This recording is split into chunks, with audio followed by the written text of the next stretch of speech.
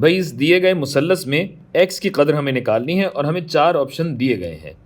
कैसे निकालेंगे देखते हैं। यहाँ एक तो ये है कि आपको 90 डिग्री का जाविया दिया गया है। तो सबसे पहली चीज़ 90 डिग्री से आपके दिमाग में क्या आती है? बिल्कुल दुरुस्त, पाइथागोरस थ्योरम। तो एक बात तो पाइथागोरस थ्योरम हो गई। दूसरी क्या बात है कि अगर ये दोनों अज़ला जो हैं ये बराबर हैं तो इसका मतलब ये है कि ये एंगल और ये एंगल भी बराबर होने चाहिए। अगर मैं दोनों को अल्फ़ा कहूँ, अगर ये 90 डिग्री है और हम ये जानते हैं कि मुसल्लस के अंदर का जो कुल जाविया होता है वो 180 डिग्री होता है, तो इसका मतलब ये है कि अल्फ़ा जमा अल्फ़ा बराबर होना चाहिए 90 के, यानी 2 अल्फ़ा बराबर होगा 90 के और अल्फ़ा बराबर होगा 45 डिग्री के।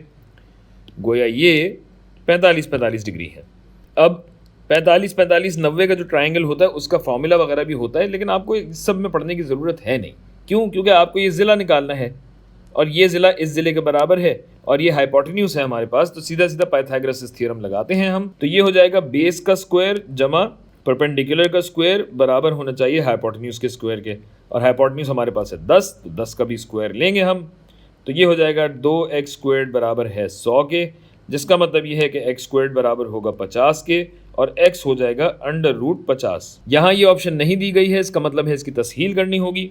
तो √50 को अगर हम खोलें, वैसे तो कैलकुलेटर से आप निकाल सकते हैं, लेकिन अगर खोल के आप देखें तो क्या बनता है भाई, 25 ज़रब 2, जिसको आप यूं भी लिख सकते हैं √25 ज़रब √2, और √25 किसके बराबर होता है? 5 के बराबर होता है, लिहाजा x हमारा बराबर हुआ 5 ज़रब √2 यानी 5 √2, और इस तरह हमारा जवाब होगा B।